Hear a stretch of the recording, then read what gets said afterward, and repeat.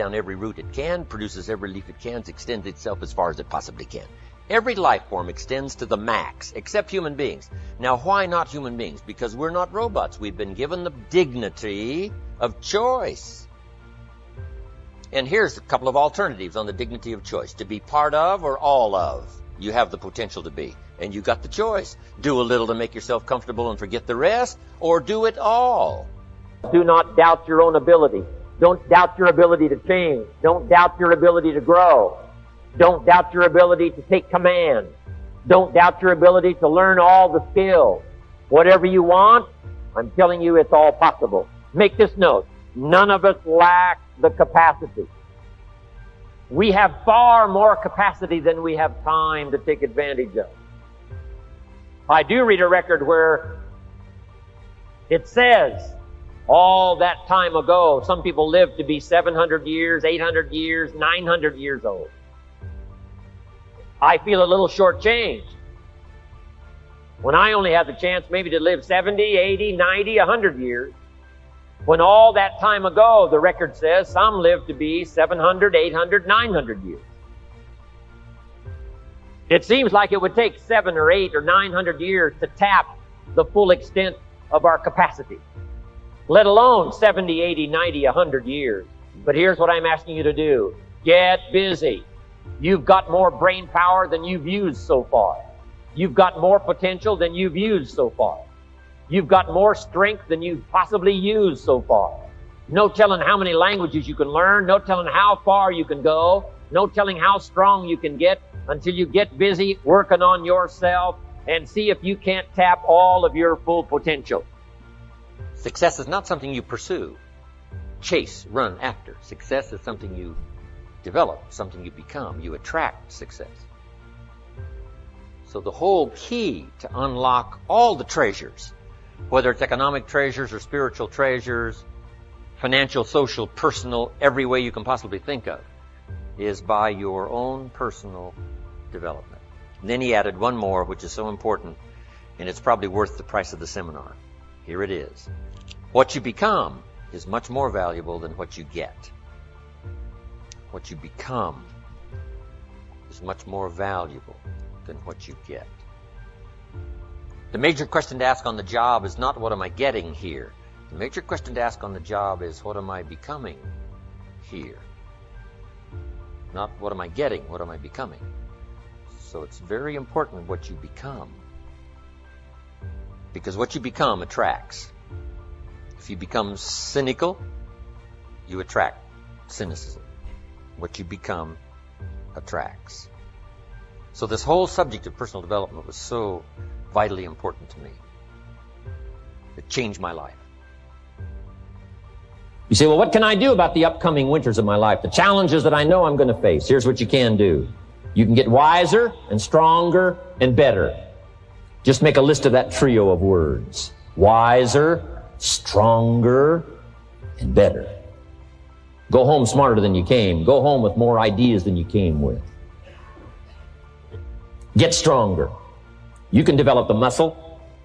You can develop the courage muscle. You can develop the inspiration muscle. You can develop the dedication muscle. You can get stronger. There isn't anybody here that can't get stronger. Next time we see you, may not even recognize you. How strong you're going to be able to become in language, in style, and personality, the ability to cope, the ability to handle with anything that happens, no matter what happens. And the third one is get better. We can all get better. I've gotten better. First talk I gave, I stood up, my mind sat back down. But here's the secret to my success. I stood up and did it again. I stood up and I did it again. And I did it again and I did it again all those many years ago. I did it when I was scared, and I did it when I didn't want to, and I did it when I was ill. And I did it when it didn't work well, and I did it when they didn't appreciate it, and I didn't a lot of times when I didn't know much what I was doing. I just did it anyway. And now all these years later, I'm asked to walk on this stage with the greatest introduction I've ever had, greatest response and welcome I've ever had, the greatest opportunity I've ever had to touch this many lives with a mixture of words and heart and soul. I got better. I got better day by day and week by week and month by month. And I'm asking you to do the same thing until you can develop a long arm and a long reach, until you can develop influence that won't quit, Touch people next year you couldn't touch this year. Touch people now you couldn't touch before. Conduct a meeting now you couldn't conduct before. Heart and soul now mixed in there that wasn't there, missing before.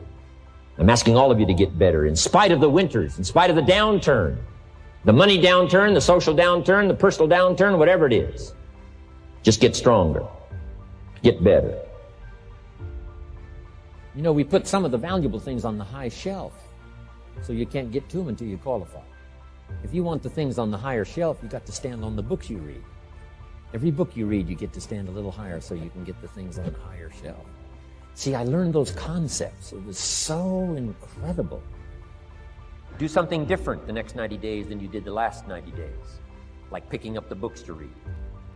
Do something different, like the new health disciplines, relationship with your family, whatever it is, doesn't matter how small it is. If you'll start doing different things with the same circumstances, since we cannot change the circumstances, but we can change ourselves. We can change what we do. And then he gave me another secret to success when he said, what you have at the moment, Mr. Rohn, you've attracted by the person you've become. What you have at the moment, you've attracted by the person you've become. Few little simple principles here. Once you understand these, it starts to explain so much. Now, sometimes it's a little tough to take, blaming yourself instead of the marketplace, taking responsibility instead of putting it off on someone else. That transition sometimes is a challenging mission. And this one was a little tough for me. Show said, here's the secret, Mr. Rohn. Learn to work harder on yourself than you do on your job. Once I got that, it turned my life around. Learn to work harder on yourself than you do. You'll make a living. If you work hard on yourself, you can make a fortune. If you would have known me at age 25, you would have said, Jim Rohn's a hard worker. If you'd have known me, you'd have said that. I'm the guy, I don't mind coming a little bit early, staying a little bit late, I don't mind that. You'd have said, well, Jim Rohn's a hard worker. You say, well, how come he's got pennies in his pocket and nothing in the bank and behind on his promises? Well, I was a hard worker, but I was working hard on my job, not on myself. I'm telling you, if you'll learn that simple little principle and start the process today, latest tomorrow, I'll give you tonight to think it over. And start this whole process of personal development, work on yourself, make yourself more valuable to the marketplace. I'm telling you, you can so dynamically change your income, and economics is the least of the values that you can start earning in terms of equity if you'll start working harder on yourself than you do on your job. Work hard on yourself and develop the graces. All of the stuff necessary to become more valuable to the marketplace. I'm telling you, your whole life can explode into change. Promotions, no problem. Becoming more valuable to the company, I'm telling you, no problem. Money, no problem. Economics, no problem. Future, no problem. If you just go to work on the right thing. Not get things out there to change. Don't try to change the seed. Don't change the soil. Don't change the sunshine. Don't change the rain. Don't change the mix of seasons. Let the miracle of everything that's available work for you, and start working on the inside. Work on your philosophy. Work on your attitude. Work on your personality. Work on your language. Work on the gift of communication. Work on all of your abilities. And if you'll start making those personal changes, I'm telling you, everything will change for you. Don't doubt the future. Don't doubt the possibilities. Don't doubt the extraordinary gifts that your distributors bring to your organization. Don't doubt that. And here's the most important one of all. Don't doubt yourself. If I've got miracle working power to change my life, so do you. If I've got the ability to change, so do you. If I've got the ability to read, so do you. If I can discover, so can you. If I can grow, you can grow. If I can develop, you can develop. If I can get an invitation like I got 6 years ago, help take something around the world, so can you. If I can stand on this platform, Idaho farm boy raised in obscurity, so can you. If the millionaire team can do it, president's team can do it, walk off with the diamonds, the trophies, so can you. I'm asking you, don't sell yourself short. Forget the thief in the alley that's after your purse. What about the thief in your mind that's after your promise? The thief in your mind that says you're too short. The thief in your mind that says you're too tall. The thief in your mind that says, well, yes, it'll happen to people out in California, but it can't happen way over here on this side of the world. I'm asking you to conquer that thief even though you find him in your own consciousness. I want to reassure you that you can do it. I want you to reassure you that you can make the decisions. I want to reassure you that no matter what the night, no matter what the storm, no matter what the difficulty, there isn't anybody here that can't figure it out, find some things to do, step at a time, yes. Minute at a time, yes. Day at a time, yes. Week at a time, yes. But there isn't anything you can't walk away from. There isn't any challenge you can't overcome. I want you to have that kind of belief in yourself. A person who has purpose in their life, they have something to go for, some meaning. One writer described it, for some people it becomes a magnificent obsession. And for you and I, maybe it doesn't need to be that dramatic as a magnificent obsession. But it has to be something that does something to us, something that pulls us, especially into the future. You know, there are many influences on us. One is the influence of the past. Some people are always pulled back by the past. Some people are always pulled aside by the distractions. But here's what's powerful. If you have a list of high purpose in your life, it pulls you toward the future. And the more powerful the purpose is, the stronger it pulls. And here's the other great advantage if you have purpose for the future. It pulls you through all kinds of challenges and all kinds of difficulties. If you don't have these strong purposes for the future, it's easy to get swallowed by a bad day.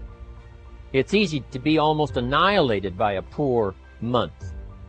And it's easy sometimes to almost disappear beneath the waves of a year that goes backwards if you don't have something to pull you beyond that year.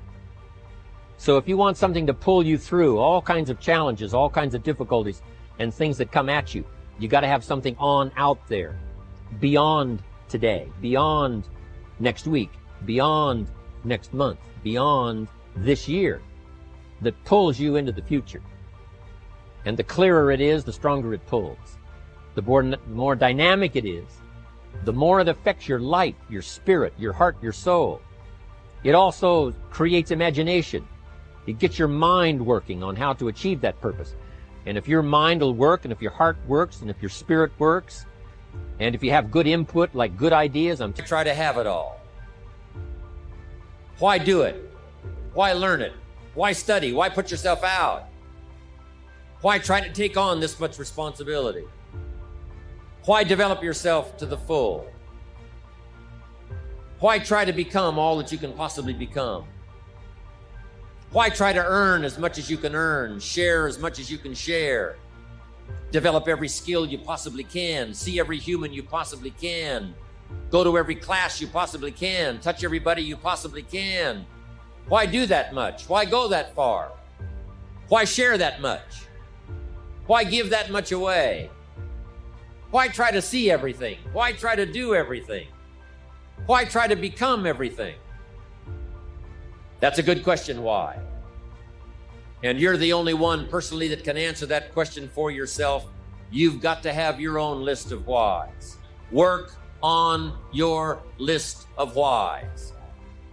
One of the big thrusts for success is to come up with a strong enough why. If the why is powerful, the how is easy. But if the why isn't strong, if your goals aren't powerful, if the vision isn't clear, the old prophet said, without a vision we die, without a vision we perish, without a dream we're nothing. I'm asking you to sit down with your family and develop a dream strategy. I'm asking you to make a list of what you want. What kind of health do you want? What kind of skills do you want? What kind of income do you want? What kind of gifts do you wish to bestow? What kind of power would you like to have? What kind of influence would you like to have? I'm asking you to go home and work on the why. Spend some time as you fly over the clouds and over the ocean back to where you came from. I'm asking you to have a vision by the time you've reached home of why you want this kind of income, why you want this kind of recognition and these kinds of skills. I'm asking you to develop your own list of why. Now, here's number 2. The first question to ponder when you go home is why. Here's another good answer to why. It's the second question. Why not? Why not see how much you can earn? Why not see how much you can learn? Why not see how many skills you can develop? Why not see what kind of person you can become? Why not see what kind of influence you can have?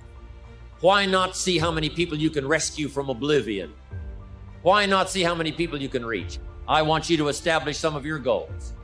I want you to give thoughtful consideration to your goals. And why not? If we've got good health for many, why not the rest? If it's happened for you, why not others? And why not you? I want you to take that personal. Why not? Why not? You've got to stay here till you go. I mean, what else are you going to do? Why not see how much you can do, how far you can go? Now, here's number 3. Why not you?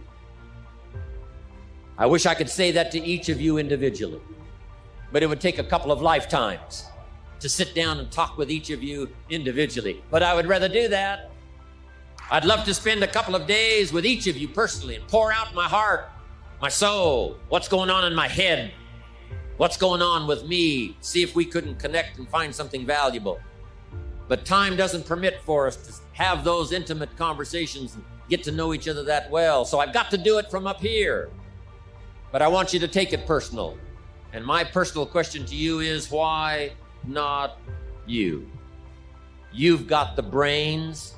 You can make decisions. You can study the plan. You can change your life. You can grow immensely in the next few years. You can make your dreams come true. You can build a financial wall around your family nothing can get through. You can become healthy. You can become powerful. Why not you? And now here's my last question. My very last question on the questions to ponder is, why not now? This is a good time as the 20th century starts to wind down, a few more years as we get ready for century 21. What a good time to set your goals, work on yourself, work on your skills. What a good time to get it together. What a good time to start this process. Personal development, growing, changing, developing, having a good plan for your money and for your life and for your future. Why not now? And I hope I have a chance to see you one of these days and share with you the experience. To you. You are the master of your own fate, the architect of your own destiny. You are self-made, completely responsible for the quality of your life and for your results. The principle of self-development is one of the vital keys to the psychology of success. Self-development requires self-discipline, hard work, and persistence. It builds character, ability, and self-esteem. The more you work on yourself, the more you like and respect and believe in yourself. The more self-confidence you have, the greater the feeling of personal fulfillment you experience. Men and women who accomplish great things with their lives are not necessarily better or smarter or more gifted than others. They are usually just individuals who have made the efforts necessary to develop their potentials to a greater degree than the ordinary. The wonderful thing about our free society is that you can become just about anything you really want if you are willing to pay the price in terms of hard work on yourself. There's no limit to how far you can go except for the limits you place on yourself. I once read a quote from Abraham Lincoln that had a profound effect on my life. It was written in his diary as a young man in Springfield. It said, "I will study and prepare myself, and someday my chance will come." I will study and prepare myself, and someday my chance will come. If you study and prepare yourself, your chance will come too. You will meet people unexpectedly who will enable you to utilize your knowledge. You will get phone calls and letters in the mail. You will come across articles and advertisements that lead you to use your skills and abilities. One of the most important of the mental laws is the law of correspondence, which says, as within, so without. Your outer circumstances in every area will correspond with your inner world. Your material financial world will reflect the quality and quantity of preparation you have engaged in. Every effort, small or large, accumulates and grows like a snowball rolling down a hill. Every act of delayed gratification, discipline, and self-development counts for something. Every extraordinary accomplishment is preceded by thousands of hours of ordinary preparation. Just as a spring becomes a trickle becomes a brook, brooks create streams, and finally many streams create an enormous river that flows inexorably, unstoppably, carrying everything before it to the sea. So it is with self-development. Every achievement that is recognized and applauded is preceded by countless small efforts, failures, disappointments, and setbacks that no one ever sees.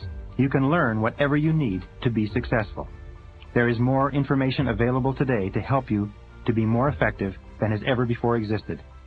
The smartest and most successful men and women who ever lived have poured the best of everything they know into books, tapes, seminars, and video cassettes. Some of the most valuable information on succeeding in any field is available to you in exchange for a few dollars and some hard work. Would you like to double your income?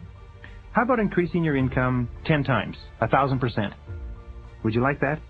If I can show you a simple formula that is virtually guaranteed to work to double, triple, quadruple your income, would you try it? Most people will say yes, but only about 1 in 20, according to my experience, will actually do it. Here it is, simple formula, but first, a simple question. Do you believe it is possible for you to increase your effectiveness and improve your productivity by 2% over the next month, the next 30 days? Let me put it this way. Could you do it if your life depended on it? Of course you could. 1 or 2 small changes in your daily routine, a little bit better time management, a little bit more effectiveness in your key result areas could give you a 2% improvement. Now, having done it the first month, could you do it again the second month? 2% more. How about the third month? Could you, by working steadily on yourself, a little bit each day, managing your time a little better, improving your overall productivity, could you increase your performance and your effectiveness by 2% in the third month? Of course you could. Almost anyone could if they cared enough to apply themselves. You get onto a learning curve. Well, 2% per month, compounded, translates into 26% per year. 26% per year productivity improvement through personal development, skill enhancement, and additional training is a reasonable, believable, even modest but surely attainable goal. 26% per year compounded will equal 100% improvement in 3 years, 1,000% improvement in 10 years. This simple 2% formula can be the most important success formula you ever learn. Now here's how it works. You first of all determine your aim. Do you really want to achieve great financial success in your work? Do you want it badly enough to pay the price in terms of preparation? Assuming the answer is yes, here's what you do.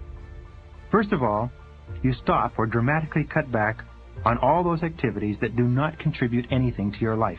Then, become an avid reader. Reading is to the mind as exercise is to the body.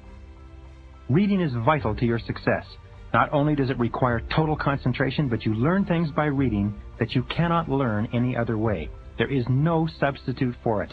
In fact, if you read just 1 book per month to develop or improve yourself in some way, it will put you in the top 1% in terms of personal development.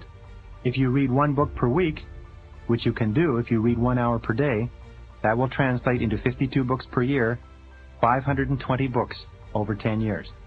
If you read 520 books to improve yourself and enhance your effectiveness at work in a world where the average person reads less than 1 book per year, do you think it might give you the edge? The critical, winning edge that makes all the difference between success and failure? You bet it would. 1 book per week would so change the course of your life in a positive way that you would be astonished. And it won't take 10 years. You'll begin to see significant changes in the quality of your life and your results within months, sometimes within weeks, sometimes within days. Well, you begin by getting up each morning 2 hours before your first appointment or before you have to be at work, earlier if necessary.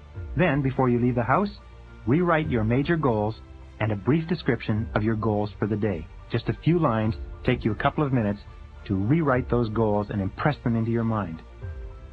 This exercise activates your subconscious and gives you a sense of purpose and focus for the hours ahead. Next, and this is very important, listen to educational audio cassettes during traveling time, in your car and if you use public transportation, or if you're flying. The average car owner drives 12,000 to 25,000 miles per year. This is as many as 500 to 1,000 hours per year in the car. This translates into 12.5 to 25 40-hour weeks sitting in the car behind the wheel enjoying prime learning time. This is the equivalent of 1 to 2 university semesters. you can become one of the best educated, most highly motivated, well-informed people of our society simply by listening to audio cassettes in your car. If you're not listening to audio cassettes in your car continually, you're missing hundreds of hours of prime learning time, and every hour you miss is going to cost you in lost earnings and diminished potential. The third leg of the triangle of self-development, the first two are reading and listening to audio cassettes, is courses and seminars put on by people who have achieved success in the subjects they are talking about. And this is important. Attend at least 4 seminars or courses per year, 1 every 3 months. Take all the training you can get and never stop learning. If your company supplies you with training opportunities, take every single one of them. And if your company does not, remember, you are totally 100% responsible for your ongoing education. The whole purpose of an education, even up to university level, is simply to teach you how to learn. From then on, it's up to you to apply the lessons. I think that the major difference between winners and losers is their attitude towards spending money on improving themselves. Winners recognize that they are their most precious asset. Winners are always investing in improving the quality of their thinking and the quality of their knowledge. They recognize that the functioning of their mind more than anything else is going to determine everything that happens to them, and they're always working on achieving a higher level of mental fitness and mental preparedness. Remember, they say that luck is when preparedness meets opportunity. Winners in almost every field are characterized by the fact that they know more, that they have more practical knowledge acquired through study and experience than do the underachievers. It's as simple as that. Losers always make excuses for not investing in themselves. You've probably all heard the things they say. They say things like, I can't afford it, which means, of course, that I won't afford it. They usually have money for clothes and money for socializing and money for liquor and money for travel, but they don't have money to invest in their own minds.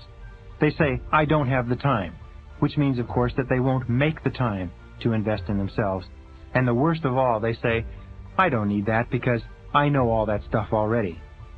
Most losers fall into the category of what they call the unconscious incompetent. This is the person who does not know and does not know that he does not know. The truly hopeless case.